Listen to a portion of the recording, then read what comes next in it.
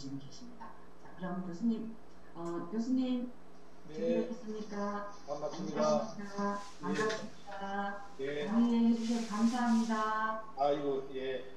안녕하세요. 네. 자, 그러면 교수님께서 강의해 주시면 교수님 강의 부탁드리겠습니다.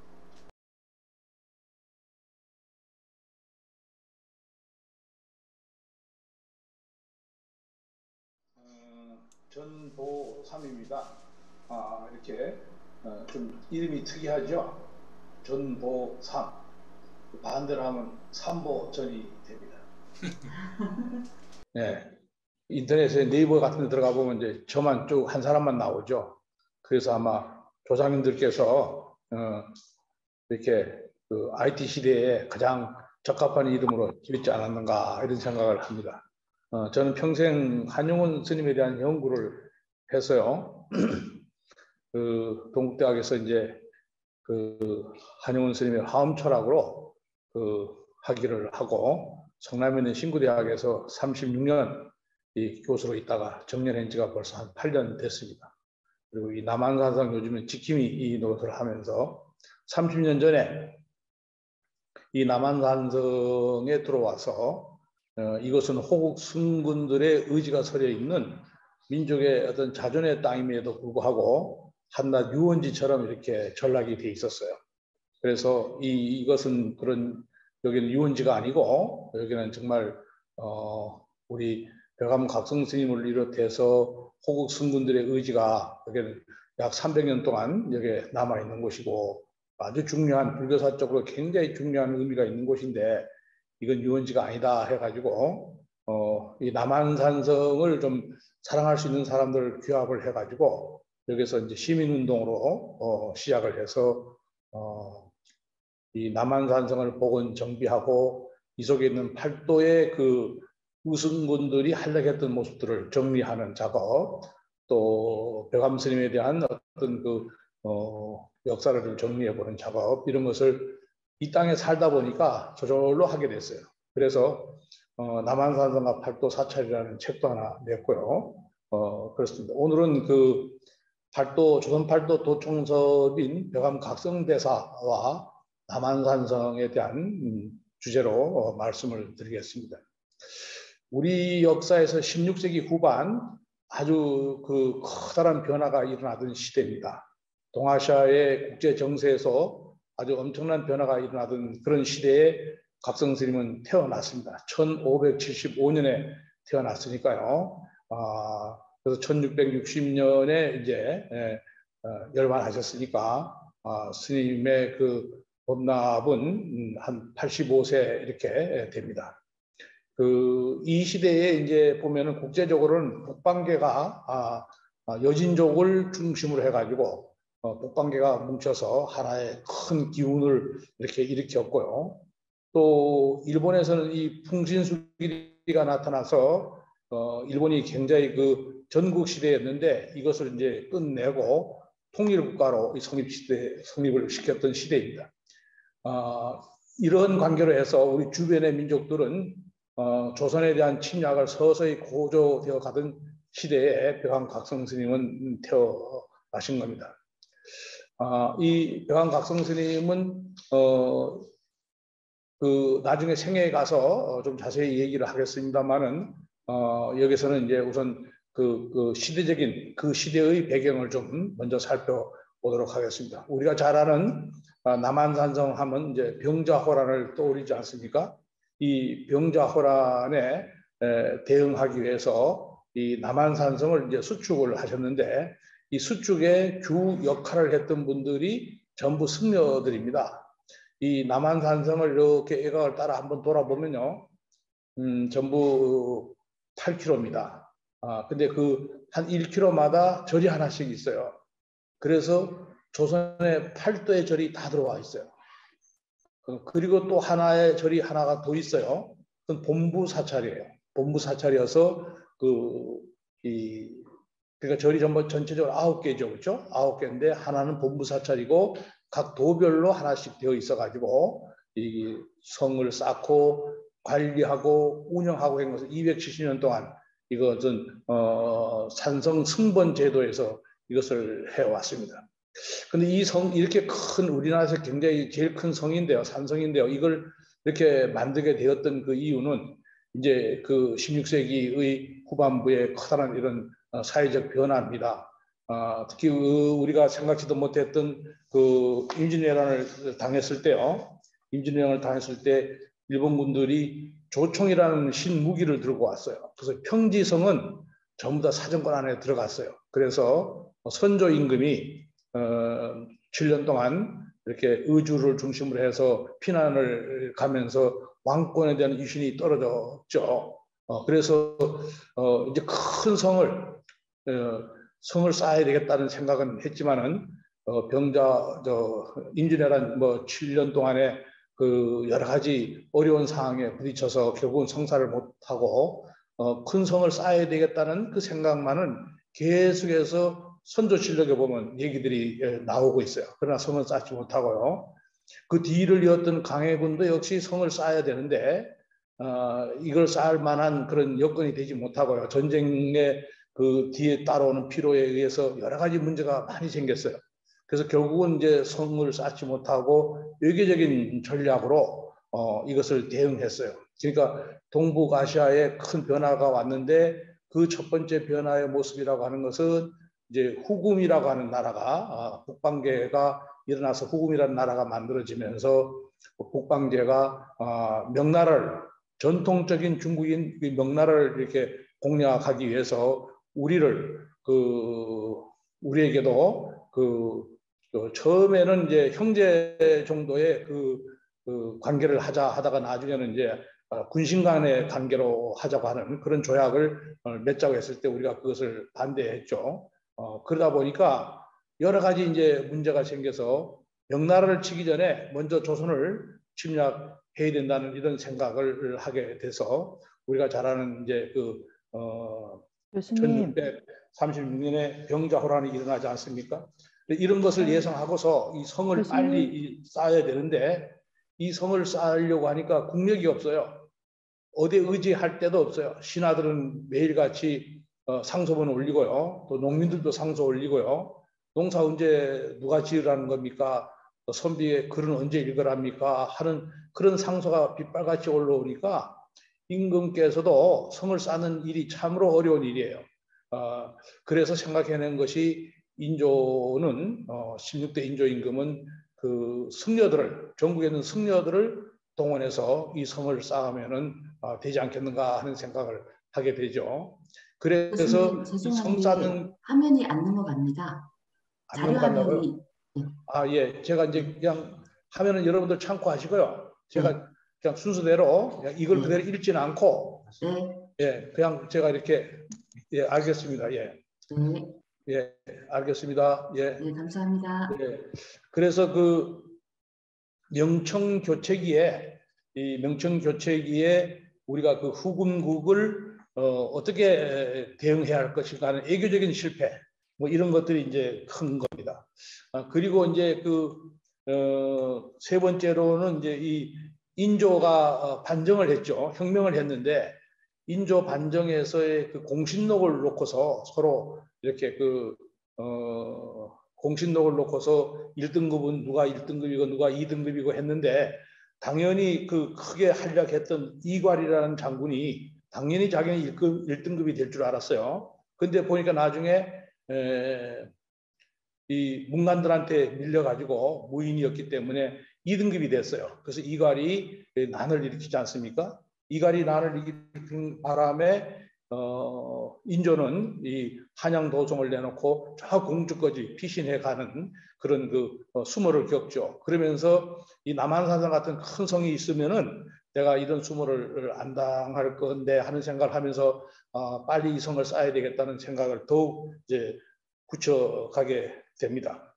그런 관계로 해서 이제 우리가 이 인조 임금은 남한산성을 서둘러서 쌓으려고 하는데 그 자체의 힘이 없으니까 바로 그 힘을 의탁한 것이 스님들입니다. 그래서 이 봉은사에 계셨는데 벽암 각성 스님은 우리나라 3대 도총섭입니다. 1대가 서산 스님이고요. 두 번째가 삼형대사입니다. 그 뒤를 이어서 조선 팔도 도총섭에 임명된 분이 벽암각성 스님입니다. 이 벽암각성 스님이 1626년에 시작해서 23년에 시작해서 26년에 그 2년 반 만에 이 남한성을 8km를 성을 쌓았습니다. 각 도별로 1km씩을 할당해 가지고요. 1km씩 쌓았습니다. 2년 반이 걸렸습니다. 내성 8km를 2년 반 만에 완성을 했는데요. 와서 이렇게 살펴보면 그 1km마다 성 쌓는 방식에 좀 차이도 있고요. 돌을 다루는 데 있어서도 각 지역별 차이가 있습니다. 그래서 팔도가 동원되어서 팔도의 승려들이 동원되어서 이 성을 쌓았다 이렇게 보시면 되겠습니다. 또 이 벽암각성 스님은 이제 병자호란 때 한 10년이 지났죠. 성을 쌓고 10년이 지났는데 병자호란이 일어나니까 청병을 물리치기 위해서 이 파사금을 높이 들고 그 항마군을 조직해 가지고 그 우국충절의 그 의승군 대장으로서의 역할을 크게 하는데요. 이제 이 의승군 얘기하다 보면 이 파사금이 얘기가 자주 나오죠, 그렇죠? 이 파사금 아주 삿된 무리를 전부 다 파하는 그런 검을 들고 또 마군이들을 항복시키는 이 항마군을 조직해 가지고 우국충절의 그 의승군의 대장이 되기도 했는데요. 이 파사금을 생각하면 우리 불교적인 용어죠. 파사금이요. 한의원 스님도 이 파사금이라는 주제를 가지고 시를 쓴 게 있어요. 이순신을 사공 삼고 을지문덕을 마부 삼아서 파사금을 높이 들고 남쪽에 매달리고 북쪽에 말달려보자. 아마도 님 찾는 길은 그뿐인가 하더라. 그렇게 시를 썼어요. 또 이 파사금, 항마군 이런 것들을 조직해서 우국충절을 바친 의승군 대장이 바로 벽암각성 스님이십니다. 그래서 우리 조선의 역사에 있어서 제3대 조선 팔도 도총섭으로서의 역할을 했던 그 기록들이 아주 잘 나와 있죠. 이 산성을 이렇게 축성을 한다는 것은 대단히 그 어려운 일입니다. 그런데 이 벽암각성 스님이 중심이 되어서 각 팔도에 절을 하나씩 이렇게 만들고 그 절에서 각 도별로 물적, 인적 자원을 지원해 가지고 1km씩 맡아서 이 성을 쌓고 또 이것을 그 300년 동안 직접 관리 운영을 해왔다는 것이 우리 호국불교의 그 큰 면모가 아닌가 이렇게 생각을 해볼 수가 있습니다. 바로 남한산성은 벽암각성 스님의 그 충절의 혼과 또 우국 그 의승군들의 그 노력이 깃들어져서 이렇게 지금은 뭐 세계 문화유산이 돼 가지고요 많은 분들이 와서 이 현장을 보고 그립니다만은 우리 한국에 있어서의 그 성을 쌓는 성곽의 백과사전입니다. 여기가 고대 성에서부터 현대 성에 이르기까지 다양한 기법이 다 들어와 있고 성을 쌓는 기법도 인조 때는 고대 성이었습니다. 숙종임금은 이제 상당히 변화를 가져오죠. 숙종임금 때부터는 이제 무기 하약이 발달하는 것에 따라서 거기에 대응하기 위해서 성 쌓는 기법이 달라집니다. 그래서 영종조 때까지 그 현대성의 그 모습까지 다 들어와 있습니다. 그래서 성을 쌓는 이 성축을 하는 데 있어서의 백과사전이 바로 남한산성의 그 성을 보면 알 수가 있습니다. 그래서 우리 호국 승군들의 의지 이런 것들이 잘 반영되어 있는 것이 이 남한산성이다 이렇게 생각하고요. 우리가 생각해 볼 수 있습니다. 조금 더 이제 자세하게 벽암각성 스님의 생애를 좀 한번 좀 생각해 볼까 합니다. 이 벽암각성 스님은 선조 8년 그 12월에 충북 보은에 서삼산에서 김해 김씨인 아버지와 조씨 어머니 사이에서 태어납니다. 어렸을 때는 징원이라고 했고요. 본명이 이제 각성입니다. 그리고 호는 이제 벽암입니다. 그래서 우리가 통상 벽암각성 대사 또는 벽암각성 선사 이렇게 부르죠. 그 가계를 살펴보면은 이 의관에 오른 분이 많다는 기록이 있어요. 그런 걸 보면은 이제 아주 출입을 했다 이렇게 알 수가 있고요. 가문이 번창했던 것도 알 수가 있습니다. 아들을 낳으면 이 서삼산의 충북 보은의 서삼산의 그 각성의 고향입니다. 그래서 거기서 아들을 낳으면 반드시 큰 사문이 될 것이다 하는 그런 그 집터에서 살았습니다. 그러니까 그런 집터에서 태어나게 됐고요. 또 특히 어머니가 북두칠성에게 기도하기를 지극정성으로 했는데 어느 날 밤에 어머니 조 씨가 백발 노인으로부터 그 옛 거울을 하나 받았는데 그것을 지니는 꿈을 꾼 태몽으로 해서 해임하였다는 기록이 있습니다. 이러한 점을 살펴볼 때 각성은 양가의 정성 어린 부모 슬하에서 태어났다 하는 것을 알 수가 있습니다. 그러니까 양가의 그 아주 출중한 가정 교육과 이런 것을 충분히 받으면서 태어났다 이렇게 보시면 될 것 같습니다. 이 태어났을 때도 그 좀 남다른 면이 많았답니다. 아주 생김새가 비범하고 아마 기골이 장대했던 것 같습니다. 아주 용모도 뛰어나고요. 그만 먹자. 예? 예? 갑자기 뭐라고 해서 그다음에 이 얼굴 모습도 아주 잘생겼고요. 눈동자가 탑이 아주 반짝반짝 빛이 났답니다. 그래서 아주 타고난 재질이 아주 출중했다 이렇게 나와 있고요. 어려서부터 그 부모님에 대한 이 효심 이것은 뭐 굉장히 두터웠다고 얘기를 하고 있습니다. 그런데 9살 때 아버지가 돌아가시는 그 슬픔을 당했고요. 거기에서 효심이 지극했던 그 백안각성 스님은 그 아버지 돌아가시는 그 슬픔을 당해서 상당히 그 인생에 대해서 무상함을 뼈저리게 느끼게 되고요. 인생의 근본적인 생사 문제를 안고 고뇌에 깊이 이렇게 빠져 있었습니다. 그러다가 뜻을 세워서 그 화산에 있는 암자에 들어가서 설묵 장로 스승을 만나서 제자가 됩니다. 14살 때 머리를 깎고 불도에 정시호로 입문해서 구족계와 오정대사로부터 받고 불교 경전 공부를 했습니다. 어느 날 이 부유 스님, 이 선수 스님, 선수 부유라고 그러죠. 이분도 아주 그 역할이 큰 분입니다. 이 스님이 화산에 왔습니다. 근데 한눈에 이 벽암을 보고 불법의 진술을 담을 수 있는 아주 훌륭한 법기임을 알아차렸다고 합니다. 이 부유 스님이요. 이 부유 스님도 그 임진왜란 때도 참전했던 분이에요. 그 뒤로 벽암은 이 부유 선사를 스승으로 모시고 아주 지극정성으로 모셨습니다. 송리산에 들어가서 스승을 모시기도 했고요. 덕유산, 가야산, 금강산 이 여러 명산을 두루 찾아다니면서 정진하고요. 스승을 늘 그림자처럼 따라다니면서 경률론 3장을 널리 배우고 아주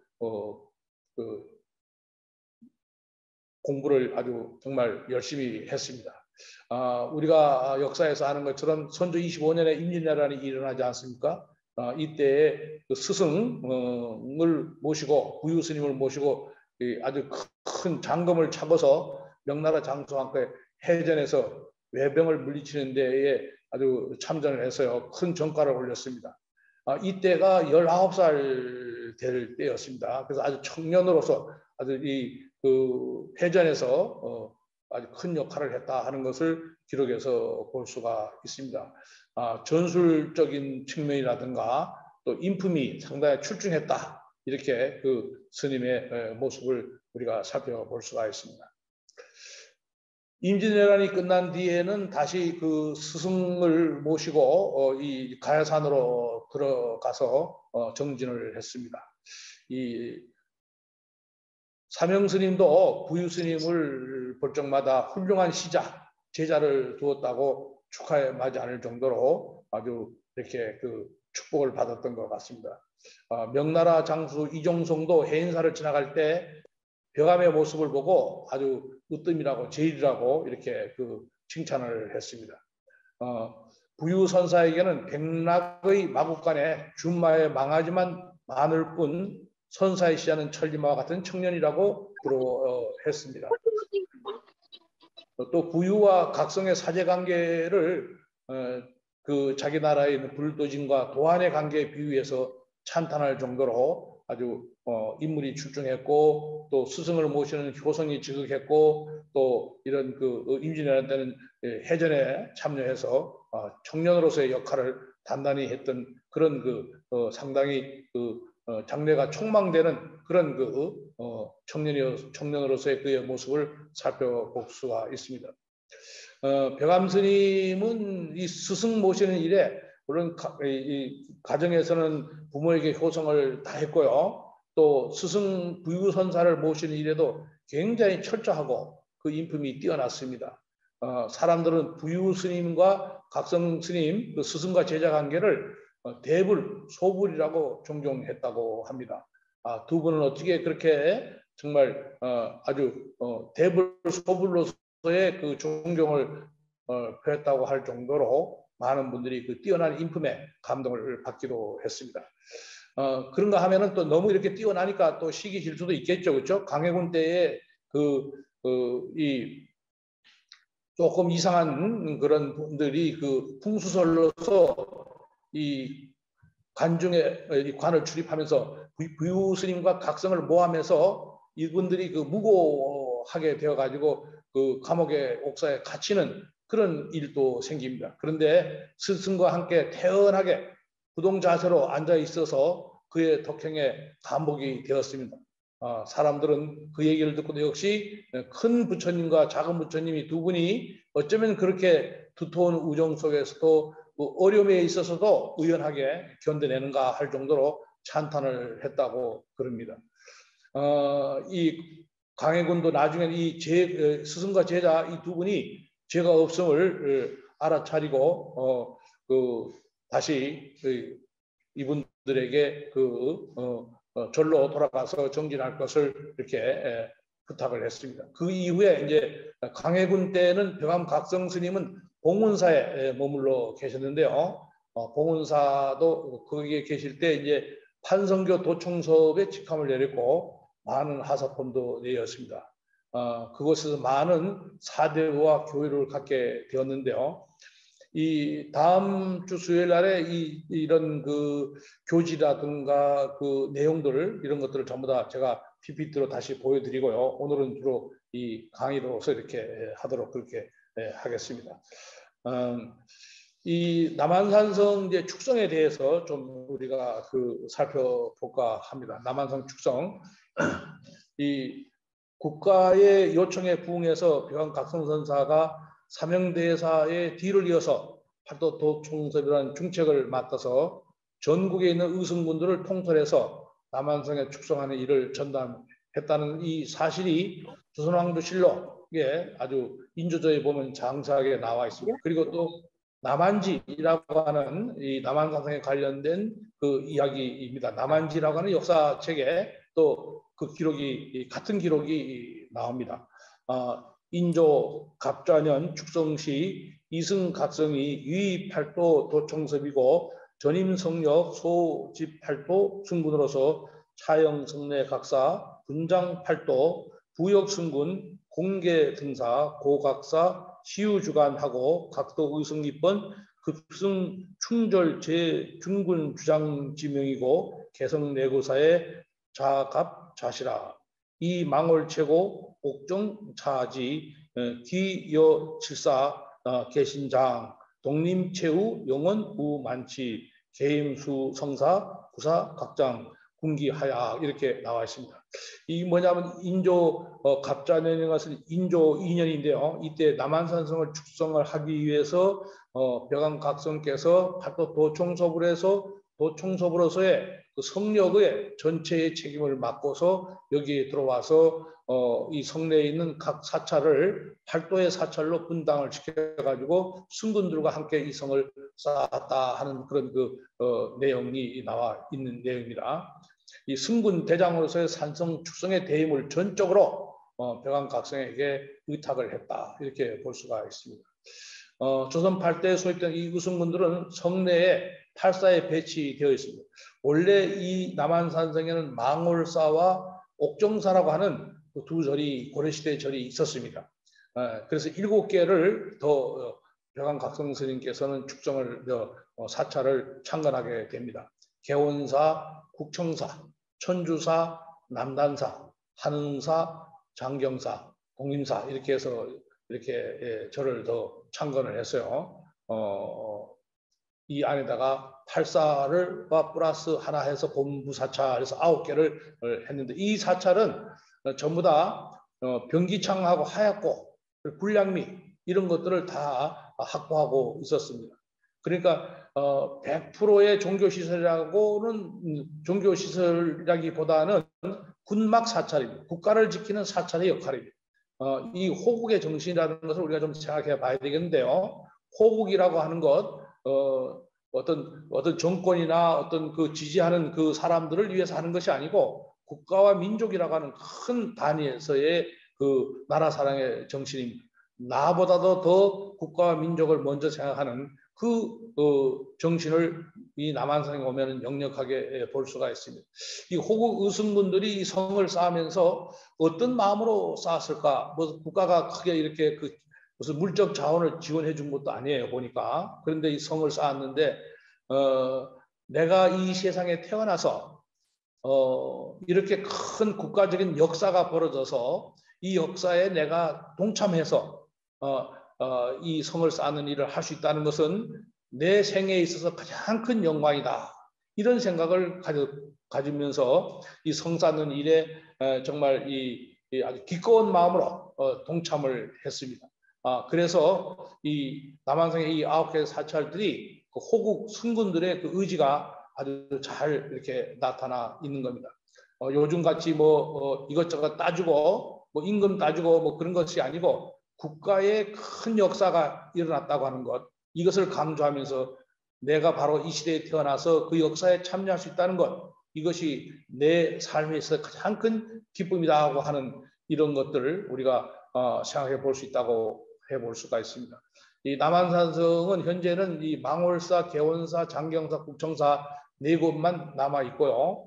1907년 8월 1일 날 이 남한산 일제가 들어와서 그 사찰에 전부 다 화약 무기가 있는 것을 모아놓고 폭발을 해서 9개 절이 동시에 다 이렇게 사라져 가는 비운을 당했어요.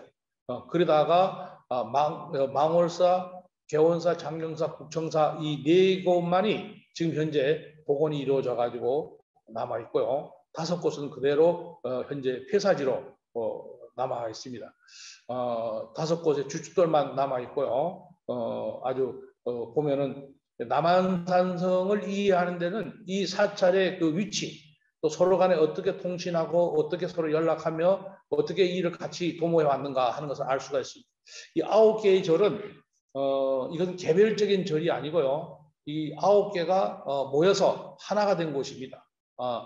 이 국가를 지켜내는데 하나 역할을 했다. 그래서 반드시 앞으로도 이 5곳이 더 복원이 되어야 합니다. 지금 현재는 이 4곳만 있어서 완전한 남한산성의 의승분 사찰이라고 보기 어렵습니다. 그래서 앞으로 5곳이 더 되어서 남한산성 그런 면에서 작은 한국이고 작은 한양의 도성이다 이렇게 볼 수 있는 이 성곽과 성벽과 아울러서 호국 승군들의 이 사찰들이 머지않아 복원되어 가지고 이곳에 와서 성곽을 따라 돌다가 나라를 만나게 되고 의승군들의 정신을 배울 수 있는 그런 그 역사를 여기서 우리는 배워야 된다고 생각합니다. 이 갑오경장이 일어났을 때 승본제도가 폐지가 되어 가지고요. 270년간 수도권 방어의 중요한 역할을 이 9개의 사찰이 담당해 오던 것이 1907년 8월 1일 날 폐사로 다 이렇게 역사 속에 묻혀버리고 말았다. 그러니까 남한산성 하면 병자론을 떠올리고 중국 청나라가 쳐들어왔던 역사의 아픔을 기억하면서 또 일제에 의해서 여기가 철저하게 이렇게 파괴되고 붕괴되어 왔다 하는 사실 우리가 다시 한번 생각을 기울여야 될 것 같습니다. 여기는 이제 땅으로는 광주 땅입니다. 광주인데요. 광주라고 하면 이 넓을광자 광주입니다. 지역이 굉장히 넓습니다. 한강 이남은 다 광주입니다. 한강 이남은 전부 광주고요. 저 안산 시아까지가 다 광주입니다. 압구정동도 광주고요. 넓을광자 광주입니다. 이 광주에 이 조선 팔도의 사찰들이 들어와 가지고요. 중심지 역할을 했다는 것, 이것을 우리가 깊이 있게 생각을 해볼 수 있는 그런 거라고 생각됩니다. 남한지에 보면 이 승병 제도에 대한 것이 이제 이렇게 정리가 되어 있습니다. 이 승병들이 어떻게 움직였는가 하는 것을 보면요. 우승군의 그 승군 도총섭 한 분이 계시고요. 또 중군에도 승려 한 분이 계시고요. 또 교령관도 한 분이 있고, 그다음에 초관도 3인이 있습니다. 그다음에 기패관이 한 분이고요. 14인데 구사 중에 나중에 이제 한 영원사가 하나 더 만들어져 가지고요. 성을 처음에는 8km였는데 나중에는 숙종 때 이 성이 또 보완이 됩니다. 그래서 하나가 더 나와서 14가 나중에 되는데 14가 그 원고 승군으로 이렇게 되는데 138명 이렇게 아주 나와 있습니다. 그리고 부조에는 의성이 356명 이렇게 나와 있습니다. 열째 경기 강원 삼남 황해에서 이렇게 육분율로 이것이 운영이 됐다 하고 여기에 와서 입번해서 들어와 가지고 일을 했다는 것이 여기에 나와 있고요. 그다음에 의성 입번을 했고 수기 고전했고 그 원고승 대기번이라 이렇게 되어 있습니다. 즉 산성 내 사찰에 승군 총섭 1인 지휘부의 승군 138명과 의승군 356명으로 의승 입번 제도를 통해서 지휘 체계를 확립하고 있다고 우리가 볼 수가 있습니다. 인조 임금은요 불교를 상당히 억압을 많이 했습니다. 자기가 궁하면은 승들한테 의탁하고 또 조금 그하면 이제 승려들을 많이 이렇게 억압을 했는데 뭐 조선조라는 것이 전부 다 유교학을 중심으로 하고 불교를 이렇게 조금 배척했기 때문에 이런 현상이 나타났고요. 그러면서도 또 다급해지면 어려워지면 또 스님들한테 또 이탁하는 그런 것을 우리가 살펴볼 수가 있습니다. 이 벽암각성 스님은 의승군 대장으로 전국에 있는 의승군들을 전체적으로 지휘 통괄하고 이 나라로부터 보조도 없이요 2년 만에 이 축성의 대임을 마쳤습니다. 정확하게 한 2년 6개월 걸렸습니다. 이 나라의 이 보조도 없이 자력으로 이렇게 해왔습니다. 각 도가 일개 도가 도에 있는 사찰들에서 인적, 물적 자원을 지원해 가지고 이것의 축성의 대임을 마쳤습니다. 물론 뭐 나중에 보면 이제 그것을 지하하는 가사와 의발도 내리고요 여러 가지 또 행사를 합니다만은 하여튼 보조 없이 2년 만에 축성의 대임을 마쳤다고 하는데 각성 스님의 전략과 전술이 뛰어났던 그런 어른임을 우리가 알 수가 있습니다. 남한산성은 수도권 호위에서 아주 가장 적절하고 이 산성 요새지였습니다. 국가유사시를 대비하는 양병훈련장이 바로 이곳에서 움직여졌다 하는 것을 알 수가 있고요. 인조 14년 1636년입니다. 이 병자호란입니다. 이때에 아주 국왕 대신 일반 서민까지 무난히 파국을 피할 수 있었던 전란을 피할 수 있었던 곳이었습니다. 이러한 효과를 얻은 조정에서는 남한성도 유효한 산성을 수도의 북방에도 구축하기로 착안해 가지고 나중에 북한산성을 쌓았는데요. 이 북한산성 역시 남한산성에 있던 의승군 방번의 그 제도의 반을 쪼개서 벽암각성 스님의 손자뻘이 되는 성능 스님을 북한산성을 쌓는 축성의 총 책임자로 보임을 해서 이 북한산성을 쌓게 됩니다. 그러니까 한양을 중심으로 남북의 이 산성은 전부 다 의승군들에 의해서 축성이 이루어졌고 또 그것이 관리 운영이 되었다 하는 것을 알 수가 있습니다. 이렇게 견고한 이 성을 쌓아놨기 때문에 청나라가 쳐들어왔을 때도요.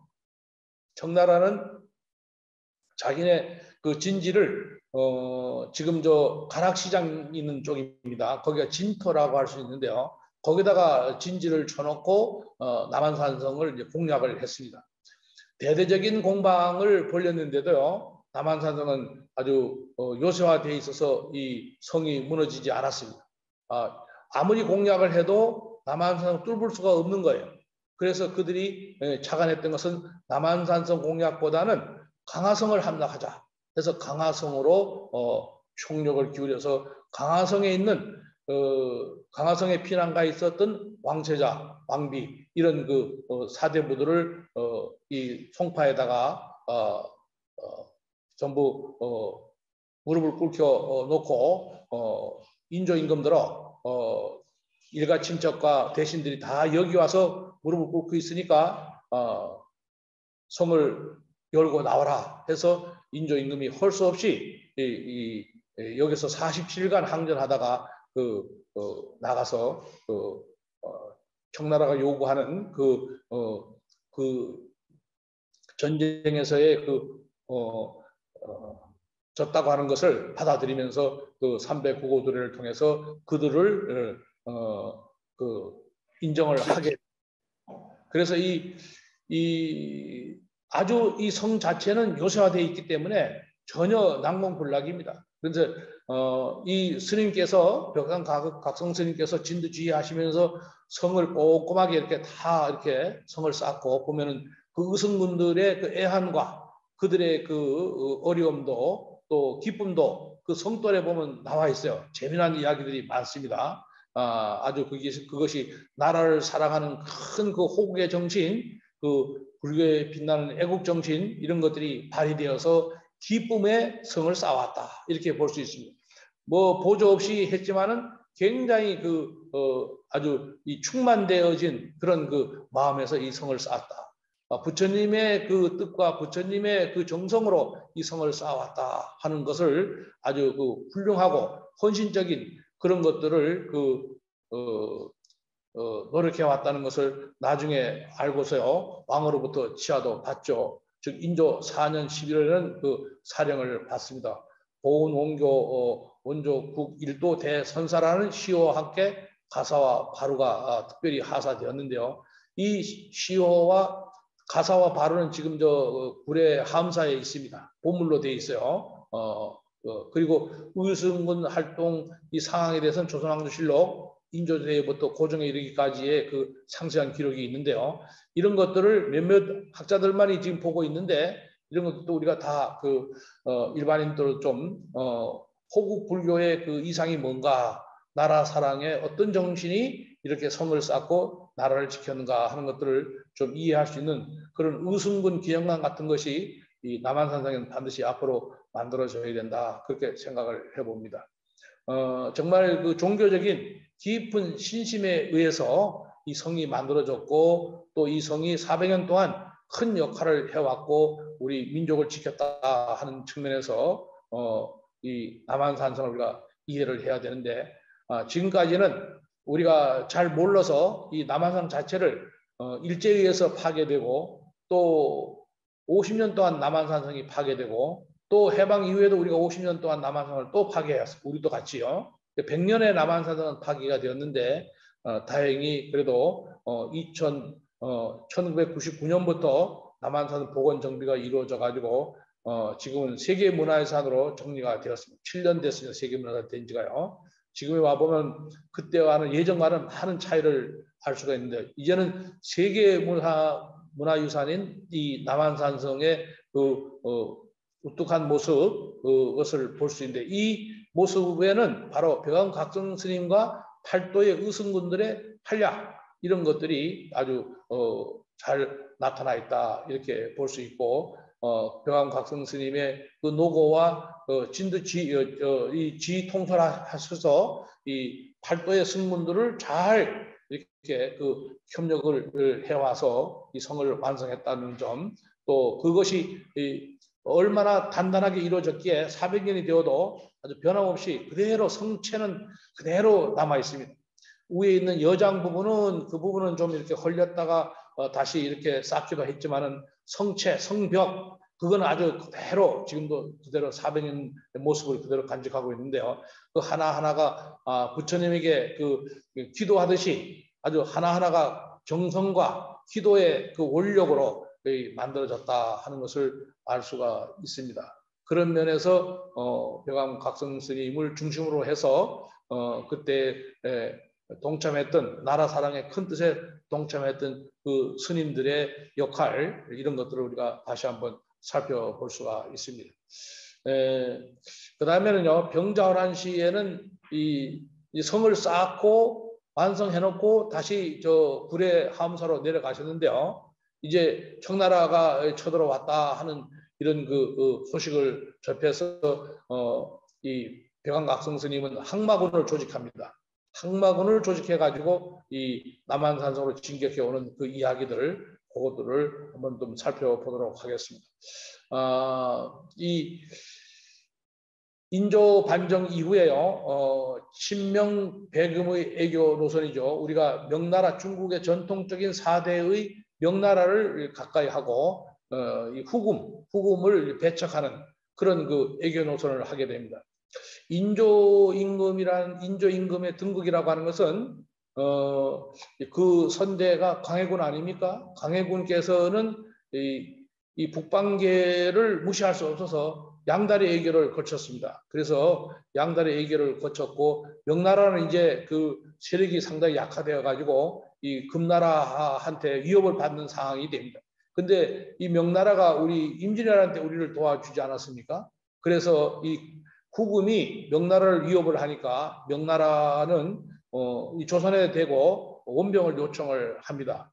이 광해군은 그 원병의 요청을 받아들여서 굉장히 이제 딜레마에 빠지죠. 자, 명나라를 도와주면은 저 후금이 쳐들어올 건 명약관하지 않습니까?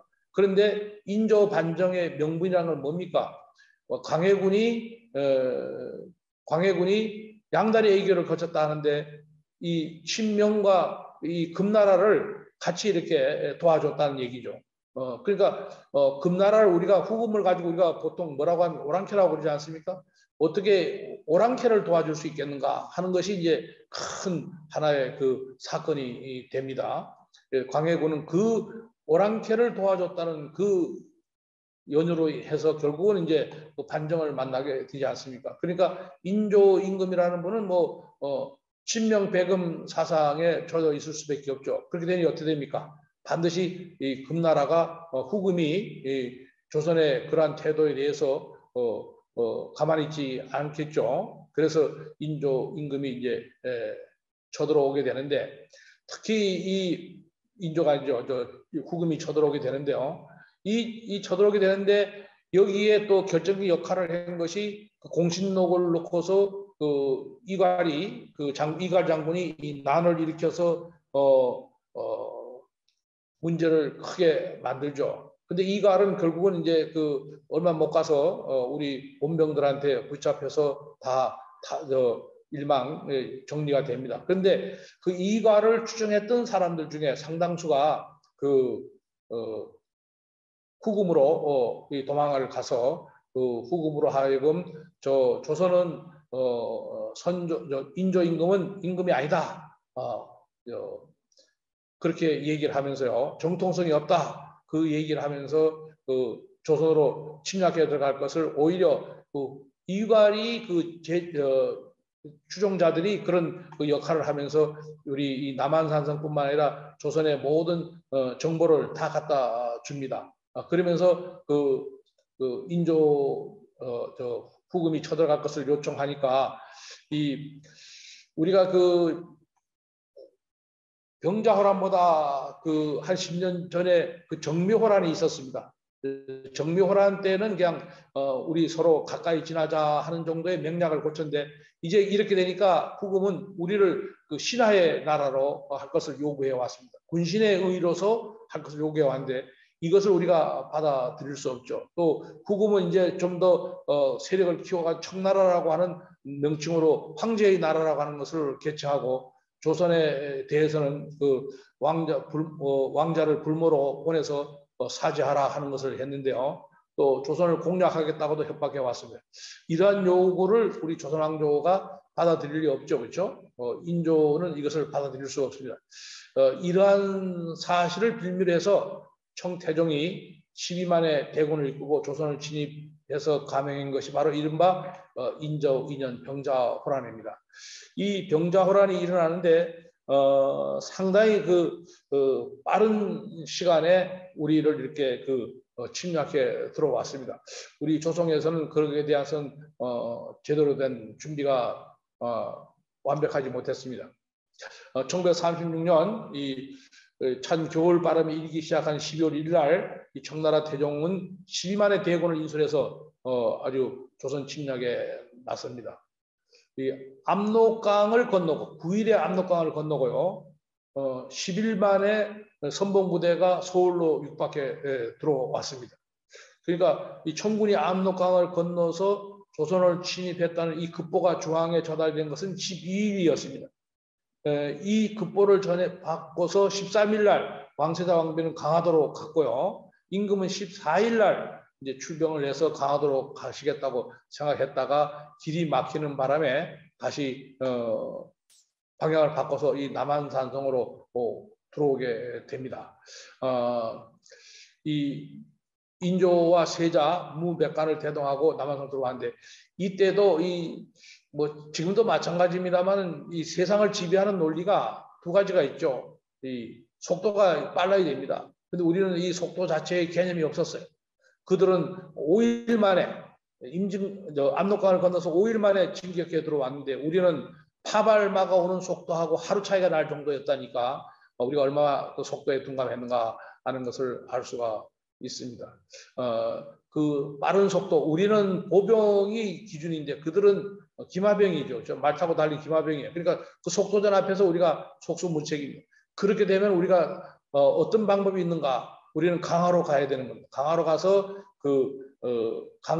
바다를 끼고 있으면은 기마병은 바다를 물에 와서는 약해집니다. 그래서 우리가 몽고가 왔을 때도 강하고 항상 북방계가 쳐들어온 강하였지 않습니까? 근데 그때도 왕세자 왕비는 그 전날 출발해서 강화로 들어갔는데 임금은 무무백관을 대동하고 강화로 가다가 길이 막혀서 다시 이 남한산성으로 들어오게 됩니다. 그것이 12월 14일이라고 인조실록에 전하고 있으니까요. 남한산성에 몽진한 인조는 산성 수비의 진영을 정비토록 했지만은 거기에 충분하게 그것을 이렇게 조치할 수 없습니다. 벽안각성 스님은 성을 쌓고 9개 절을 확보해서 거기에 승문들을 했지만은 또 이제 중앙정부의 역할을 맡았던 훈련대장이라든가 이영달 중군자이나 총룡사라든가 또 이런 사람들이 이제 각 성의 분부를 나눠서 맡아서 이 성을 지켰지만은 그러나 그것은 큰 효력을 발휘할 수 없습니다. 우리는 성 안의 군사는 한 13,000명 정도. 근데 적군은 지금 송파의 가락시장 쪽입니다. 거기에 12만이 와서 진을 치고 이 남한산성을 공략해 오는 그런 형세였습니다. 그런데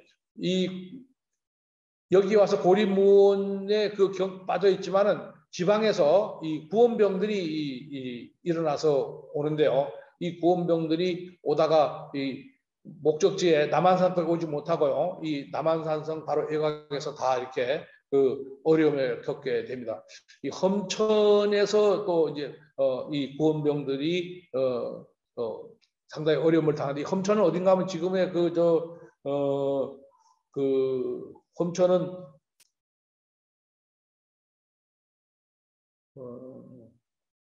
거기가 지금 휴게소가 들어와 있는데 서울 다 올라와 가지고 있는 그 휴게소 쪽인데요. 거기가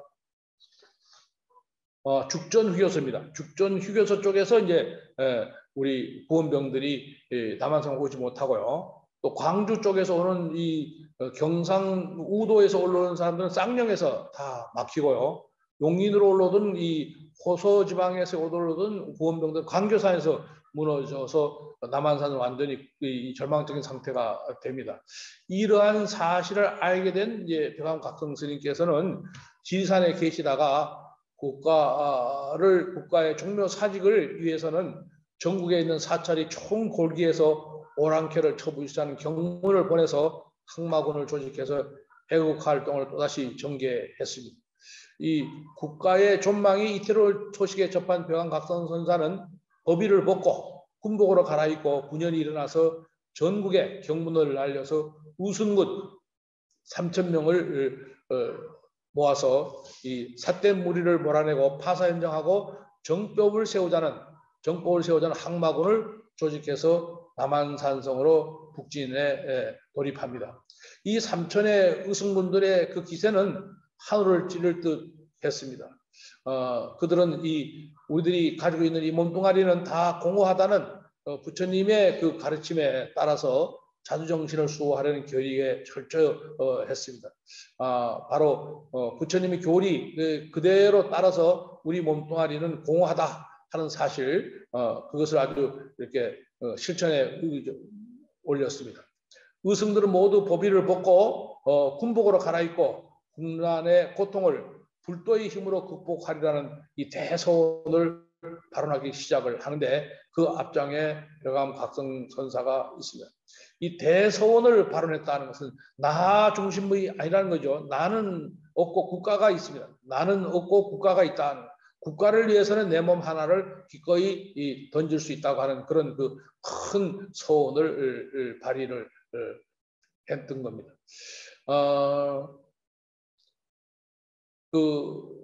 그런 가운데서 이제 이 의승군들을 일으켜서 3,000의 의승군들을 일으켜서 남한성을 지키기 위해서 이렇게 오시다가 이 강화도에서 청군이 함락당했던 비보를 듣게 되고요. 또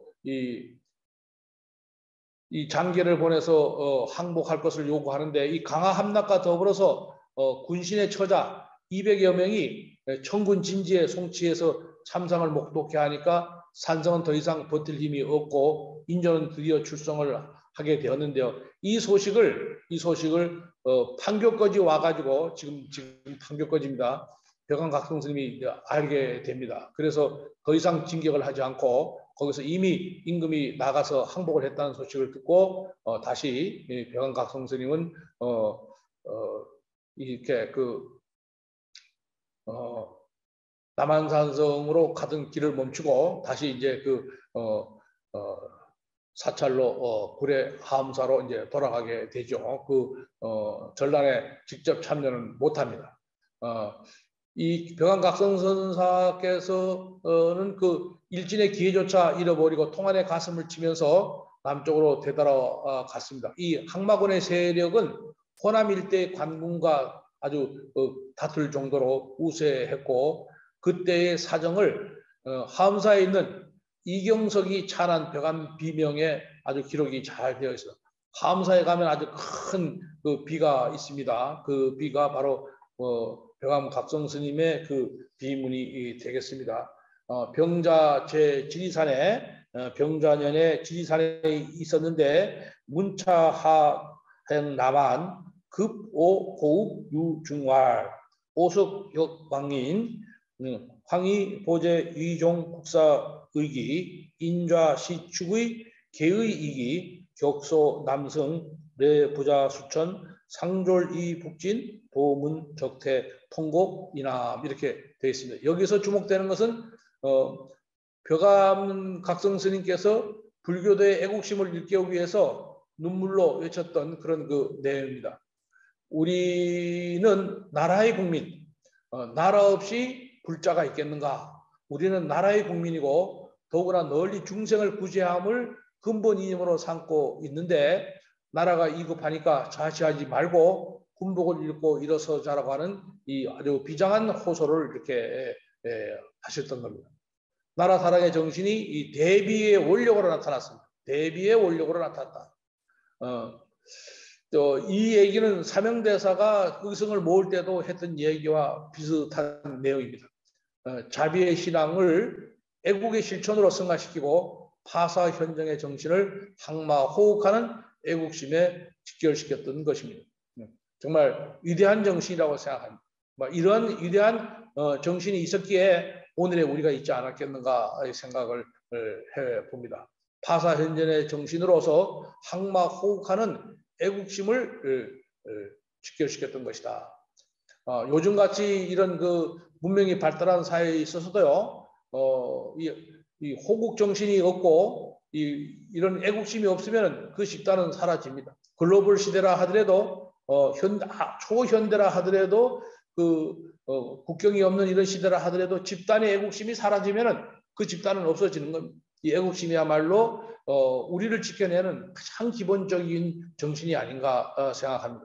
이 애국심은 바로 파사현정의 정신을 항마호흡하는 그곳에서 우리는 애국심을 찾아볼 수 있다. 이렇게 생각해 볼 수가 있습니다. 부처와 민족은 둘이 아닌 하나의 정신, 즉 자타 불의의 사상임으로 승화시켰다. 자타 불의의 사상. 나와 너와의 관계가 둘이 아니라고 하는 이 사상, 불의 정신. 요즘은 전부 다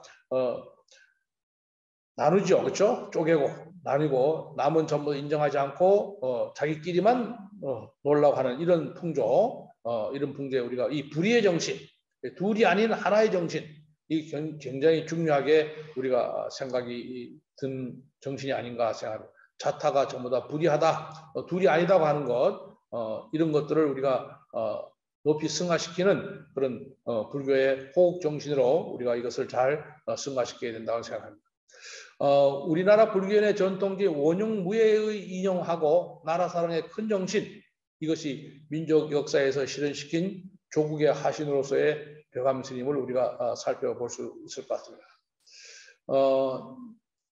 이와 같은 그 벽암 스님이 남한산성을 축성 수비 경영하는 데 앞장을 섰고요. 항마군을 조직해서 쓰러지는 부분을 바로 잡으려는 등 충성수련 애국심과 헌신적인 역량을 높이 평가되어야 되고요. 이 남한산성의 호국 의승 기념관 같은 것이 반드시 만들어져야 된다고 저는 생각해 봅니다.